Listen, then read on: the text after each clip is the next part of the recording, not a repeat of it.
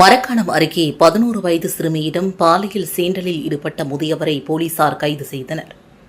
மரக்காணம் நடுக்குப்பம் அடுத்த வள்ளிப்பாளையம் பகுதியை சார்ந்த முதியவர் கன்னியப்பன் வயது 62. இவர் ஆசாரி வேலை செய்து வருகிறார். சில சமயங்களில் அவர் வைத்திருக்கும் கால்நடைகளை பராமரித்தும் வருகிறார். இந்நிலையில் சம்பவத்தன்று அதே பகுதியை சார்ந்த 5ஆம் வகுப்பு படிக்கும் 11 வயது சிறுமியை அழைத்து அருகிலுள்ள கடையில் வடை வாங்கி வர சொல்லியிருக்கிறார். அந்த சிறுமியும் வாங்கி வந்துள்ளார். பின்னர் அந்த சிறுமிக்கு வடையை கொடுத்து அருகில் அமர வைத்து முதியவர் சிறுமியிடம் பாலியல் அத்துமீறலில் ஈடுபட்டதாக கூறப்படுகிறது. வீட்டிற்கு வந்த சிறுமி நடந்ததை தனது தாயிடம் கூறிய நிலையில் அவரது தாய் அளித்த புகாரின் அடிப்படையில் கோட்டக்குப்பம் அனைத்து மகளிர் போலீசார் விசாரணை செய்து கன்னியப்பனை கைது செய்து அவரிடம் விசாரணை மேற்கொண்டு வருகின்றனர். இன்ஸ்டாகிராம் மூலமாக பழகிய பெண்ணுக்கு பாலியல் தொந்தரவு கொடுத்த கல்லூரி மாணவரை சைபர் கிரைம் போலீசார் கைது செய்தனர். புதுச்சேரியை சார்ந்த பெண் ஒருவர் சமூக வலைதளமான இன்ஸ்டாகிராம் மூலமாக மர்ம நபர் பாலியல் தொல்லை கொடுத்து மன உளைச்சலுக்கு ஆளாக்கி வருவதாக கடந்த 6ஆம் தேதி சைபர் கிரைம் போலீசில் புகார் அளித்தார். சீனியர் எஸ்பி ராகவ் உத்தரவின் அடிப்படையில் விசாரணை நடத்தினர். இதில் போலி இன்ஸ்டாகிராம் கணக்கின் மூலமாக பெண்ணுக்கு ஆபாச படங்கள் மற்றும் வீடியோ அழைப்புகள் மூலமாக பாலியல் தொந்தரவு கொடுத்தவர் திண்டுக்கல்லை சார்ந்த கல்லூரி மாணவர் வயது 21 அருண் என்பதும் தெரிய வந்தது. இதனைத் தொடர்ந்து தனிப்படை போலீசார் அருணை கைது செய்து புதுச்சேரி நீதிமன்றத்தில் ஆஜர்படுத்தி சிறையில் அடைத்தனர். புதுச்சேரியை சார்ந்த நபரிடம் ரூபாய் 2.43 லட்சம் மோசடி குறித்து சைபர் கிரைம் போலீசார் வழக்கு பதிந்து விசாரித்து வருகின்றனர். புதுச்சேரி தென்னஞ்சாலையை சார்ந்த நபர் பல ஆண்டுகளுக்கு முன்பு தனியார் நிறுவனத்தில் இன்சூரன்ஸ் எடுத்து பின் பிரீமியம் கட்டுவதை நிறுத்தியுள்ளார். சமீபத்தில் அவரை போனில் தொடர்பு கொண்ட மர்ம நபர்கள் பாலிசி கணக்கை முடித்து வைப்பதாக கூறி பணம் கேட்டனர். இதை நம்பிய அவர் 2,43,000 ரூபாயை செலுத்தினார். ஆனால் அந்த கும்பல் மேலும் பணம் கேட்டு மிரட்டியதால் தான் ஏமாற்றப்பட்டதை உணர்ந்த அவர் சைபர் கிரைம் போலீசில் புகார் அளித்துள்ளார். அதேபோல முதலியார்பேட்டையை சார்ந்த நபரிடம் 80,000, தென்னஞ்சாலையை சார்ந்த நபரிடம் 32,000, புதுச்சேரியை சார்ந்த பின் 29,000, வில்லியனூரை சார்ந்த பின்னிடம் 22,000 என 5 பேரிடம் மொத்தமாக 4,06,000 ரூபாயை ஆன்லைன் மோசடிகள் இழந்திருக்கிறார்கள். இதுகுறித்த புகாரின் அடிப்படையில் சைபர் கிரைம் போலீசார் வழக்கு பதிந்து விசாரித்து வருகின்றனர். புதுச்சேரியில் 76வது தேசிய ஜூனியர் கூடைப்பந்து போட்டியை முதல்வர் ரங்கசாமி துவக்கி வைத்தார். இந்திய கூடைப்பந்து கூட்டமைப்பு மற்றும் புதுச்சேரி கூடைப்பந்து சங்கம் இணைந்து நடத்தும் 76வது ஜூனியர் தேசிய கூடைப்பந்து சாம்பியன்ஷிப் போட்டி உப்பளம் ராஜீவ்காந்தி உள்விளையாட்டு அரங்கில் நேற்று மாலை துவங்கியது. இதில் 30க்கும் மேற்பட்ட மாநிலங்களை சார்ந்த இளம் வீரர்கள் பங்கேற்றுள்ளனர். நிகழ்ச்சியை முதல்வர் ரங்கசாமி துவக்கி வைத்தார்.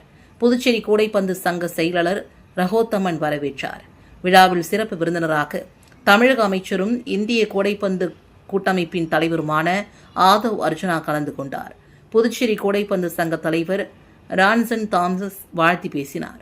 நிகழ்ச்சியில் சட்டமன்ற உறுப்பினர்கள் அன்பழகன், நேரு, ராமு, விளையாட்டுத்துறை இயக்குநர் சுதாகர், இந்திய கூடைப்பந்து கூட்டமைப்பு பொதுச் செயலாளர் குல்விந்தர் சிங் உட்பட பலரும் கலந்து கொண்டனர். அங்கன்வாடி ஊழியர்களுக்கு நிலுவை ஊதியத்தை வழங்க வேண்டும் என்று ஆளுநர் முதல்வர் நடவடிக்கை எடுக்க வேண்டும் என சட்டமன்ற உறுப்பினர் நாஜிம் வலியுறுத்தியுள்ளார். இது தொடர்பாக அவர் வெளியிட்டுள்ள அறிக்கையில் புதுச்சேரி மகளிர் குழந்தைகள் மேம்பாட்டுத் துறையின் கீழ் மாநிலத்தில் 855 அங்கன்வாடி மையங்கள் செயல்படுகின்றன. இங்கு 1200 அங்கன்வாடி ஆசிரியர்கள், உதவியாளர்கள் பணிபுரிகின்றனர். அங்கன்வாடி மையங்களில் 6 வயதுக்குட்பட்ட 23,168 குழந்தைகளுக்கு அடிப்படை கல்வி புகட்டப்பட்டு வருகிறது. அங்கன்வாடி பணியாளர்கள் அரசின் பல்வேறு திட்டங்களை மக்களுக்கு நேரடியாக கொண்டு செல்வதில் முக்கிய பங்காற்றுகின்றனர். பல்வேறு கணக்கெடுப்பு பணிகளில் ஈடுபடுத்தப்படுகின்றனர். இப்படி கடுமையாக பணியாற்றும் அங்கன்வாடி பணியாளர்களுக்கு பிப்ரவரி, மார்ச், ஏப்ரல், மே என 4 மாத ஊதியம் வழங்காததால் நிலை குலைந்து போய் உள்ளனர். அங்கன்வாடி ஊழியர்களுக்கு சம்பளம் வழங்க பட்ஜெட்டில் நிதி ஒதுக்கப்படுகிறது. சட்டசபை தேர்தலையொட்டி தடையில்லாமல் சம்பளம் வழங்க அனைத்து அரசு துறைகளும் நடவடிக்கை எடுத்து இருக்கும் பொழுது அங்கன்வாடி ஊழியர்களுக்கு மட்டும் சம்பளம் வழங்காமல் நிறுத்தியது ஏன்? இதனை மகளிர் குழந்தைகள் மேம்பாட்டுத்துறை விளக்க வேண்டும். இந்த விவகாரத்தில் உடனடியாக ஆளுநர் கைலாசநாதன், முதல்வர் ரங்கசாமி தலையிட்டு சம்பளம் வழங்க நடவடிக்கை எடுக்க வேண்டும் என்று குறிப்பிடப்பட்டுள்ளது. பிரெஞ்சு மொழியும் கல்வி முறைகள் நீடிக்கும் என பாஜக மாநில தலைவர் ராமலிங்கம் தெரிவித்துள்ளார். இதுகுறித்து அவர் வெளியிட்டுள்ள அறிக்கைகள், புதுச்சேரியில் சிபிஎஸ்இ பாடத்திட்டத்தில் பிரெஞ்சு மொழி நீக்கப்படுவதாக கூறப்படும் விவகாரத்தில் மாணவர்கள், ஆசிரியர்கள் மற்றும் பொதுமக்கள் யாரும் பயப்பட தேவையில்லை. மத்திய வாரியத்தின் சிபிஎஸ்இ புதிய மும்மொழி கொள்கை வழிகாட்டுதலால் பிரெஞ்சு மொழிக்கு ஏற்பட்டுள்ள நடைமுறை சிக்கல்கள் குறித்து பாஜக தேசிய தலைமை தீவிரமாக கண்காணித்து வருகிறது. இந்த விவகாரம் தொடர்பாக புதுச்சேரி வரலாற்று பின்னணி மற்றும் பிராந்திய தேவைகளை விளக்கி மத்திய அமைச்சர் தர்மேந்திர பிரதானிடம் நேரடியாகவும் விரிவாகவும் பேச்சுவார்த்தை நடத்தி வருகிறோம். புதுச்சேரிக்கு இந்த விதிகளில் இருந்து மிக விரைவில் சிறப்பு விலக்கு பொருத்தப்படும். நம்முடைய பிராந்திய மொழிகளான தமிழ், தெலுங்கு, மலையாளம் ஆகியவற்றுடன் பிரெஞ்சு மொழியும் நமது கல்வி முறையில் தொடர்ந்து நீடிப்பதை தேஜ கூட்டணி அரசு உறுதி செய்யும் என்றும் குறிப்பிடப்பட்டுள்ளது.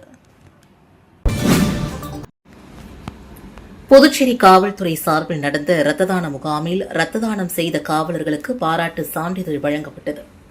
புதுச்சேரி காவல்துறை மற்றும் அரசு பொது மருத்துவமனை இணைந்து இரத்த தான முகாம் காவலர் சமுதாய கூடத்தில் நடைபெற்றது.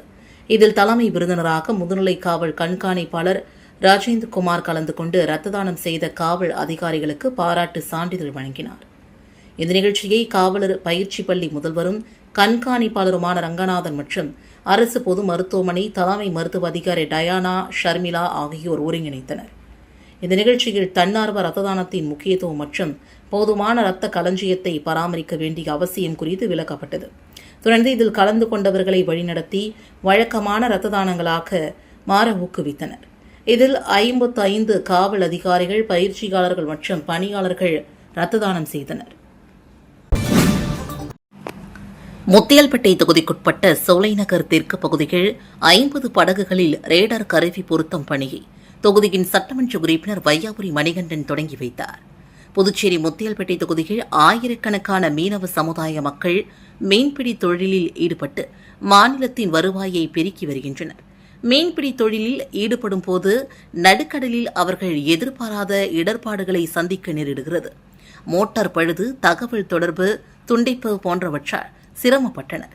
இதனை அறிந்த முத்தியால்பேட்டை தொகுதியின் சட்டமன்ற உறுப்பினர் வையாபுரி மணிகண்டன், மீனவ சமுதாய மக்கள் சிரமமின்றி மீன்பிடி தொழிலை மேற்கொள்ளவும், இடர்பாடான ஆபத்தான பேரிடர் காலத்தில் அவர்களை உடனடியாக கண்டறிந்து மீட்கவும் நவீன தொழில்நுட்ப யுக்திகளை பயன்படுத்த ஆலோசனை நடத்தி நடவடிக்கை எடுத்தார். இதன் அடிப்படையில் முத்தியால்பேட்டை தொகுதியை சார்ந்த மீனவ சமுதாய மக்களின் சிறிய ரக பைப்பர் படகுகளில் ரேடார் கருவி பொருத்த வையாபுரி மணிகண்டன் சட்டமன்ற உறுப்பினர் அவர்கள் ஏற்பாடு செய்தார். முதற்கட்டமாக முத்தியால்பேட்டை தொகுதி சோலைநகர் தெற்கு பகுதியில் 50 படகுகளில் ரேடார் கருவி பொருத்தப்பட்டது. இந்த நிகழ்ச்சியில் மீன்வளம் மற்றும் மீனவர் நலத்துறை அதிகாரிகள், சோலைநகர் தெற்கு பஞ்சாயத்தார், என்ஆர் காங்கிரஸ் நிர்வாகிகள், ஆதரவாளர்கள் உட்பட பலரும் உடனிருந்தனர். புதுச்சேரியில் உள்ள அனைத்து பள்ளி மற்றும் கல்லூரி உள்ளிட்ட கல்வி நிறுவன வாகனங்களின் தகுதி மற்றும் பாதுகாப்பு அம்சங்களை ஆய்வு செய்வதற்கான சிறப்பு முகாம் வருகின்ற 30 மற்றும் 31 ஆகிய தேதிகளில் நடைபெறுகிறது. புதுச்சேரி துணை போக்குவரத்து ஆணையர் வினயராஜ் செய்திக்குறிப்பில், கல்வி நிறுவன வாகனங்களின் உடல் மற்றும் இயந்திரத்தன்மை முன்கூட்டியே ஆய்வு செய்து விபத்துக்களை தடுப்பதே இந்த முகாமின் முக்கிய நோக்கமாகும். அதன்படி சிறப்பு முகாமில் தகுதி சான்றிதழ், இன்சூரன்ஸ் பர்மிட், முதலுதவி பெட்டி, பஸ் ஜன்னல்களில் கிடைமட்ட கம்பிகள் போடப்பட்டிருப்பது, தீயணைப்பு கருவி, அவசரகால வழிக்கதவுகள், நம்பகமான பூட்டுக்கள், பொருத்தப்பட்ட பஸ் கதவுகள், வேக கட்டுப்பாட்டு கருவி, GPS மாசு கட்டுப்பாட்டு சான்றிதழ் உள்ளிட்டவை சோதனைக்கு உட்படுத்தப்படும். முகாம் புதுச்சேரி மேட்டுப்பாளையம் கிளை அலுவலகத்தில் வருகின்ற 31ஆம் தேதிகளில் காலை 8:30 மணி முதல் மதியம் 12:30 மணி வரை நடக்கும். முகாமில் புதுச்சேரியில் உள்ள அனைத்து கல்வி நிறுவனங்களின் தலைவர்கள் மற்றும் அங்கீகரிக்கப்பட்ட நபர்கள் தங்களது அனைத்து வாகனங்களையும் இந்த சிறப்பு ஆய்வுக்கு தவறாமல் அனுப்ப வேண்டும். முகாமில் பங்கேற்ற போக்குவரத்து துறையின் தகுதி ஆய்வை முடிக்காத வாகனங்களை கல்வி நிறுவனங்கள் எக்காரணம் கொண்டும் இயக்கக்கூடாது. இந்த உத்தரவை மீறி வாகனங்களை இயக்கினாலோ அல்லது ஏதேனும் விதிமீறல்கள் கண்டறியப்பட்டாலோ அது தீவிர குற்றமாக கருதப்பட்டு மோட்டார் வாகன சட்டத்தின்படி அனுமதி சீட்டு ரத்து உள்ளிட்ட கடுமையான சட்ட நடவடிக்கைகள் மேற்கொள்ளப்படும் என்றும் அவர் தெரிவித்துள்ளார். புதுவையில் 6 பேரிடம் ரூபாய் 2.49 லட்சம் மோசடி செய்யப்பட்டுள்ளது குறித்து சைபர் கிரைம் போலீசார் விசாரணை மேற்கொண்டு வருகின்றனர். புதுச்சேரி அரியங்குப்பம் பகுதியை சார்ந்த ஆண் நபரை மர்ம நபர் ஒருவர் தொடர்பு கொண்டு வங்கி அதிகாரி பேசியதாகவும் KYC-யை புதுப்பிக்க ATM கார்டு விவரம் வழங்குமாறும் கேட்டுள்ளார். இதை நம்பி மேற்கூறிய நபரும் கார்டு விவரம் மற்றும் OTP வழங்கியுள்ளார். சிறிது நேரத்தில் அவரது வங்கிக் கணக்கிலிருந்து ரூபாய் 1.25 லட்சம் எடுக்கப்பட்டுள்ளது.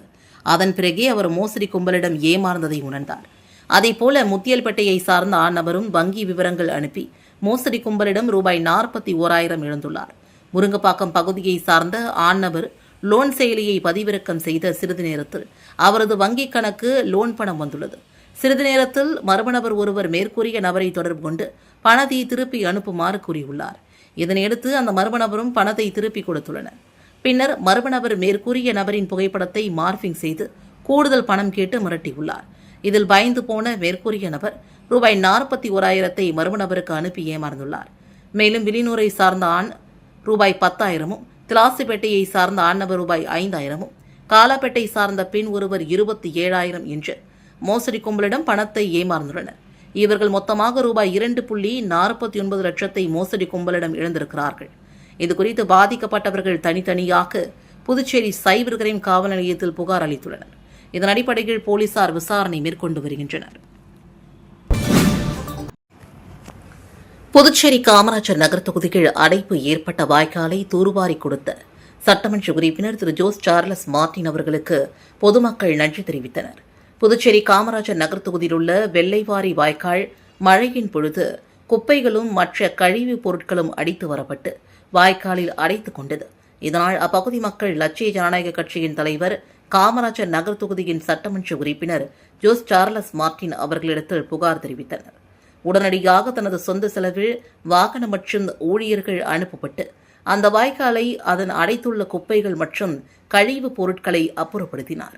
இதனால் அங்கு வாய்க்காலில் நீர் தடையின்றி செல்வதற்கு வழிவகுத்தனர். இதனால் அப்பகுதி மக்கள் லட்சிய ஜனநாயக கட்சியின் தலைவரும் காமராஜர் நகர் தொகுதியின் சட்டமன்ற உறுப்பினருமான ஜோஸ் சார்லஸ் மார்டின் அவர்களுக்கு மனதார நன்றியை தெரிவித்துக் கொண்டனர். மேலும் அப்பாலத்தின் ஓரங்களில் கட்டைகளை கட்டித் தருமாறும் கோரிக்கைகளையும் வைத்தனர். புதுச்சேரி காமராஜர் நகர் தொகுதிகள் வீடுகளின் அருகே சென்ற மின்கம்பங்கள் அகற்றப்பட்டு புதிய மின்கம்பங்கள் நடப்பட்டதால் அப்பகுதி மக்கள் சட்டமன்ற உறுப்பினர் திரு ஜோஸ் சார்லஸ் மார்டின் அவர்களுக்கு நன்றி தெரிவித்தனர். புதுச்சேரி காமராஜர் நகர் தொகுதியில் உள்ள சாமிப்பிள்ளை தோட்டம், அணைக்கரை மேடு, பகத்சிங் நகரில் மின் ஒயர்கள் வீடுகளின் அருகே செல்வதாகவும் இதனால் அப்பகுதியில் மின்சாரம் தாக்கி விடுமோ என்று அச்சம் மக்களுக்கு அதிகமாக இருப்பதாகவும் மின் ஒயர் வீட்டின் அருகே செல்வதால் சில மாதங்களுக்கு முன்பு இளைஞர் ஒருவர் இறந்துவிட்டதாகவும் லட்சிய ஜனநாயக கட்சியின் தலைவர் காமராஜர் நகர் தொகுதியின் சட்டமன்ற உறுப்பினருமான ஜோஸ் சார்லஸ் மார்டின் அவர்களுக்கு மக்கள் புகார் தெரிவித்தனர். உடனடியாக இன்று ஊழியர்கள் அனுப்பப்பட்டு சம்பந்தப்பட்ட அதிகாரிகளுக்கு நடவடிக்கை எடுக்குமாறு பரிந்துரைக்கப்பட்டது. இதன் அடிப்படையில் புதியதாக போஸ்ட் கம்பங்கள் நடப்பட்டு புதிதாக ஒயர்கள் போடப்பட்டும் வீட்டின் அருகே செல்லும் மின்கம்பங்கள் மாற்றப்பட்டு எதிரே கம்பங்கள் புதிதாக நடப்பட்டது. பலமுறை இந்த புகார் தெரிவித்தும் நடவடிக்கை எடுக்காமல் இருந்ததாலும் லட்சிய ஜனநாயக கட்சியின் தலைவரும் காமராஜர் நகர் தொகுதியின் சட்டமன்ற உறுப்பினர் அவர்களிடத்தில் இந்த குறையை கூறிய உடனடியாக நடவடிக்கை எடுத்ததால் அப்பகுதி மக்கள் சந்தோஷத்துடன் மகிழ்ச்சியுடன் நன்றியினை தெரிவித்துக் கொண்டனர். புதுச்சேரி காவல் நிலையங்களில் நடந்த மக்கள் மன்ற நிகழ்ச்சியில் பொதுமக்களிடமிருந்து பெறப்பட்ட 37 புகார் மனுக்கள் மீது உடனடியாக தீர்வு காணப்பட்டது. புதுச்சேரி காவல் நிலையங்களில் ஒவ்வொரு சனிக்கிழமையில் மக்கள் மன்றம் நிகழ்ச்சி நடந்து வருகிறது.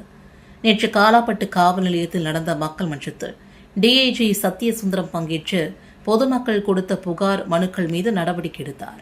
அதேபோன்று மேட்டுப்பாளையம் காவல் நிலையத்தில் சீனியர் SP கலைவாணன், சைபர் காவல் நிலையத்தில் SP ராகவ், போக்குவரத்து காவல் நிலையங்களில் சீனியர் SP திவ்யா, SP-க்கள் ரச்சனா சிங், பக்தவக்ஷலம் புகார் மனுக்கள் மீது நடவடிக்கை எடுத்தனர். மேலும் காரைக்கால் காவல் நிலையங்களில் SP நித்யா, அரியங்குப்பத்தில் SP கோதண்டராமன், மங்கலம் காவல் நிலையத்தில் SP கதிரவன் கலந்து கொண்டு புகார் மனுக்கள் மீது நடவடிக்கை எடுத்தனர். காவல் நிலையங்களில் நடந்த மக்கள் மன்றத்தில் 38 பெண்கள் உட்பட 191 பேர் பங்கேற்றனர். பொதுமக்களிடமிருந்து பெறப்பட்ட 58 புகார் மனுக்களில் 37 மனுக்கள் மீது நடவடிக்கை எடுத்து தீர்வு காணப்பட்டது.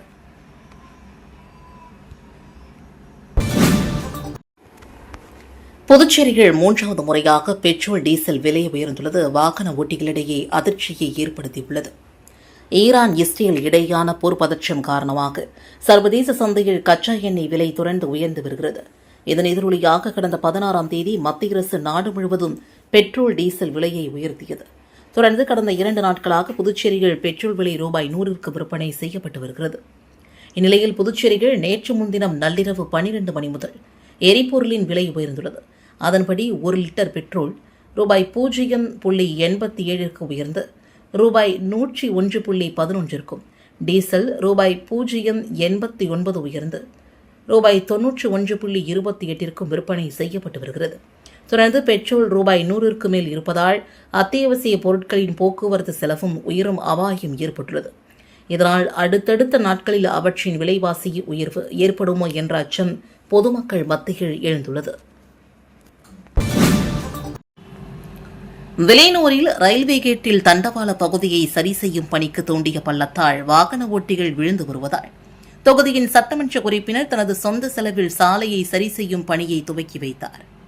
ரயில்வே துறை சார்பில் ரயில்வே கேட் தண்டவாள பகுதியை மேம்படுத்தும் பணிக்காக கோடப்பாக்கம் சாலை, பெரம்பை சாலை, சுல்தான்பேட்டை சாலை மற்றும் முத்துப்பிள்ளைபாளையம் செல்லும் சாலை என வெளியூர் தொகுதியில் உள்ள ரயில்வே கேட் பகுதிகள் சாலையை உடைத்து பெரிய அளவில் பள்ளம் எடுத்து ரயில்வே தண்டவாளங்கள் மேம்படுத்தும் பணி கடந்த மாதம் செய்தனர்.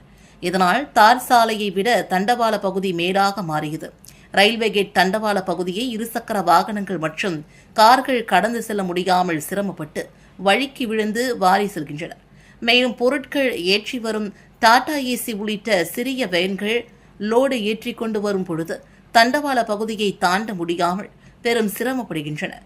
ரயில்வே துறையினர் இதுவரையில் சாலையை சரி செய்து கொடுக்கவில்லை. பொதுமக்கள் நலன் கருதி சட்டமன்ற உறுப்பினர் ரவிக்குமார் தனது சொந்த செலவில் வெளியூர் தொகுதியில் உள்ள 4 ரயில்வே கேட் பகுதியில் புதிய தார் சாலை அமைக்கும் பணியை துவக்கி வைத்தார். சட்டமன்ற உறுப்பினரின் இந்த பணியை பொதுமக்கள் வெகுவாக பாராட்டி வருகின்றனர். வெளியூர் தொகுதியில் வெற்றி பெற்ற சட்டமன்ற உறுப்பினர் ரவிக்குமார் தொகுதி முழுவதும் வீடு வீடாக சென்று குக்கர் வழங்கி நன்றி தெரிவித்தார். புதுவையில் நடந்து முடிந்த சட்டமன்ற தேர்தலில் வெளியூர் தொகுதியில் என்ஆர் காங்கிரஸ் வேட்பாளர் ரவிக்குமார் போட்டியிட்டு வெற்றி பெற்றார். வெற்றி பெற்ற ரவிக்குமார் முதலமைச்சர் ரங்கசாமியிடம் வெற்றி பெற்றதற்கான சான்றிதழை காண்பித்து ஆசி பெற்றார். கடந்த 20ஆம் தேதி புதுச்சேரி சட்டசபையில் வெளியூர் தொகுதியில் சட்டமன்ற உறுப்பினராக ரவிக்குமார் பதவியேற்றார். இந்நிலையில் வெளியூர் தொகுதி முழுவதும் பொதுமக்களுக்கு நன்றி தெரிவிக்கும் வகையில் குக்கர் வழங்கி நன்றி தெரிவித்தார். நேற்று மாலை முதற்கட்டமாக முத்துப்பிள்ளைபாளையம் பகுதியில் உள்ள கழுத்து மாரியம்மன் முத்துக்கோவிலில் சிறப்பு வழிபாடு நடத்தி தொகுதி முழுவதும் உள்ள வீடுகளுக்கு குக்கர் வழங்கினார். தொடர்ந்து வெளியூர் தொகுதி முழுவதும் உள்ள ஒவ்வொரு வீட்டிற்கும் குக்கர் பரிசாக வழங்கி நன்றியை தெரிவிக்கிறார். இவருடன் கூட்டணி கட்சி நிர்வாகிகள், வெளியூர் தொகுதியின் என்ஆர் காங்கிரஸ் நிர்வாகிகள் ஆகியோர் உடன் இருந்தனர். புதுச்சேரி மத்திய பல்கலைக்கழகத்தில் முதுநிலை பட்ட மேற்படிப்பு மற்றும் முதுநிலை பட்டய மேற்படிப்பு படிக்க விரும்புவோர் ஆன்லைனில் விண்ணப்பங்களை வருகின்ற ஜூன் 11ஆம் தேதிக்குள் விண்ணப்பிக்கலாம் என்று அறிவிப்பு வெளியாகியுள்ளது. இது தொடர்பாக மத்திய பல்கலைக்கழகம் வெளியிட்டுள்ள செய்திக்குறிப்பில், புதுச்சேரி மத்திய பல்கலைக்கழகத்தில் பல்வேறு முதுநிலை பட்ட மேற்படிப்பு, முதுநிலை பட்டய மேற்படிப்புகளில் சேர ஆன்லைனில் விண்ணப்பிக்கலாம். பிஜி மற்றும் பிஜி டிப்ளமோ படிப்புகளுக்கு கியூட் பிஜி 2026 தேர்வு அடிப்படையில் சேர்க்கை நடக்கும். வருகின்ற ஜூன் 11ஆம் தேதி வரை ஆன்லைனில் விண்ணப்பிக்கலாம். விண்ணப்பதாரர்கள் பல்கலைக்கழக இணையதளத்தில் உள்ள தகவல் சிற்றேட்டையும் பார்க்கலாம். தேர்விற்கான விண்ணப்ப கட்டணம் ரூபாய் 250 ஆகும். ஒவ்வொரு கூடுதல் படிப்பிற்கும் தலா ரூபாய் 100 கூடுதலாக செலுத்த வேண்டும். SC/ST பிரிவினருக்கும் விண்ணப்ப கட்டணம் ரூபாய் 150. அவர்கள் ஒவ்வொரு படிப்பிற்கும் கூடுதலாக ரூபாய் 50 செலுத்த வேண்டும். இந்த கட்டணம் திருப்பி தரப்பட மாட்டாது. 3ஆம் பாலினத்தவருக்கும் கட்டணம் இலவசம் என்றும் குறிப்பிடப்பட்டுள்ளது. ஆனந்தபுரம் கிராமத்தில் எழுந்தருளியிருக்கும் அருள்மிகு ஸ்ரீ ஆனந்த முத்து மாரியம்மன் ஆலயத்தில் நடைபெற்ற மஞ்சள் நீராட்டு விழாவில் முதல்வர் ரங்கசாமி பங்கேற்று சுவாமி தரிசனம் செய்தார். வில்லியனூர் கொம்யூன் ஆனந்தபுரம் கிராமத்தில் எழுந்தருளியிருக்கும் அருள்மிகு ஸ்ரீ ஆனந்த முத்து மாரியம்மன் ஆலயத்தில் திருவிழா வெகு விமர்சையான முறையில் நடைபெற்றது. இதனைத் தொடர்ந்து விழாவில் நிறைவு நாளான நேற்று அம்மனுக்கு மஞ்சள் நீராட்டு விழா நடைபெற்றது. இதில் புதுச்சேரி முதல்வர் ரங்கசாமி கலந்து கொண்டு சுவாமி தரிசனம் செய்தார். தொடர்ந்து சுவாமி தரிசனம் செய்த முதல்வர் ரங்கசாமிக்கு முதல் பரிவட்டம் கட்டி மாலை அணிவித்து பொன்னாடை பூர்த்தி மரியாதை செய்யப்பட்டது. இதில் ஊர் பொதுமக்கள், இளைஞர்கள், கோவில் நிர்வாகிகள் என திரளானோர் கலந்து கொண்டு முதல்வருக்கு மரியாதை செய்தனர். மேலும் புதிதாக பொறுப்பேற்றுள்ள கோவில் நிர்வாகிகள் முதல்வரிடம் ஆசி பெற்றனர். காரைக்கால் அடுத்த வடைமரைக்காட்டில் அமைந்துள்ள ஸ்ரீ வீரகாளியம்மன் ஆலயத்தில் வைகாசி மகோத்சவ பால்குட அபிஷேக நிகழ்ச்சியில் திரளான பக்தர்கள் கலந்து கொண்டு சுவாமி தரிசனம் செய்தனர். காரைக்கால் அடுத்த வடமரைக்காடு பகுதியில் அமைந்துள்ளது பழமை வாய்ந்த ஸ்ரீ வீரகாளியம்மன் ஆலயம். இவ்வாலயத்தில் ஆண்டுதோறும் வைகாசி மாதத்தில் மகோத்சவ பெருவிழா நடைபெறுவது வழக்கம். இந்த ஆண்டு மகோத்சவ பெருவிழா கடந்த 16ஆம் தேதி பந்தல்கால் முகூர்த்தத்துடன் தொடங்கியது. தொடர்ந்து அம்மனுக்கு சிறப்பு அபிஷேக ஆராதனை நடைபெற்று வந்தது. விழாவின் முக்கிய நிகழ்ச்சி நாளான இன்று திரவிய பொடி, மஞ்சள், பால், தயிர் உள்ளிட்ட பல்வேறு திரவியங்களால் ஸ்ரீ வீரகாளியம்மனுக்கு சிறப்பு அபிஷேகம் நடைபெற்றது. முன்னதாக பக்தர்கள் பால் குடம் எடுத்து ஆலயத்தை வலம் வந்து அம்மனுக்கு பாலபிஷேகம் செய்தனர். அதனைத் தொடர்ந்து பல வண்ண மலர்களால் அலங்கரிக்கப்பட்டு அம்பாள் பக்தர்களுக்கு காட்சியளித்தார்.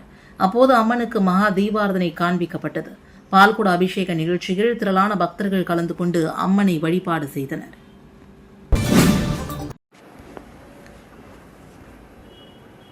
நலவாடு அருள்மிகு ஸ்ரீ முத்தாலம்மன் ஸ்ரீ தில்லையம்மன் ஆலயத்தில் 84ஆம் ஆண்டு செடல் திருவிழாவை முன்னிட்டு தமிழக மற்றும் புதுச்சேரி காவல்துறை அதிகாரி முன்னிலையில் ஆலோசனை கூட்டம் நடைபெற்றது. தவளக்குப்பம் அடுத்துள்ள நலவாடு மீனவ கிராமத்தில் அருள்மிகு ஸ்ரீ முத்தாலம்மன் ஸ்ரீ தில்லையம்மன் ஆலயத்தில் 84ஆம் ஆண்டு செடல் உற்சவ திருவிழா வருகின்ற 25ஆம் தேதி திங்கட்கிழமை கொடியேற்றத்துடன் நடைபெறவுள்ள நிலையில் இன்று பெரியகாட்டுப்பாளையம் பகுதியில் தனியார் திருமண மண்டபத்தில் கடலூர் மாவட்ட காவல்துறை துணை கண்காணிப்பாளர் தமிழ் இனியன், ரெட்டிச்சாவடி காவல்துறை ஆய்வாளர் பிரேம்குமார் மற்றும் அரியங்குப்பம் காவல்துறை ஆய்வாளர் சத்யநாராயணன், தவளக்குப்பம் காவல்துறை உதவி ஆய்வாளர் விஜயகுமார் இவர்களின் முன்னிலையில் நலவாடு கிராம பஞ்சாயத்தாளர்கள் 50க்கும் மேற்பட்ட நபர்கள் முன்னிலையில் நடைபெறவுள்ள திருவிழாவை முன்னிட்டு ஆலோசனை கூட்டம் நடைபெற்றது. நலவாடு மீனவ கிராமத்தில் பிரச்சினைகள் ஏற்படும் விதமாக நடந்து கொள்ளும் நபர்கள் மீது வழக்கு பதிவு செய்யப்படும் என்றும், கோவில் திருவிழா என்பது அனைவருக்கும் பொதுவான ஒன்று, அதனை எந்தவொரு பிரச்சனையும் இல்லாமல் திருவிழாவை நடத்தி முடிக்க வேண்டும் என்று போலீசார் தெரிவித்தனர்.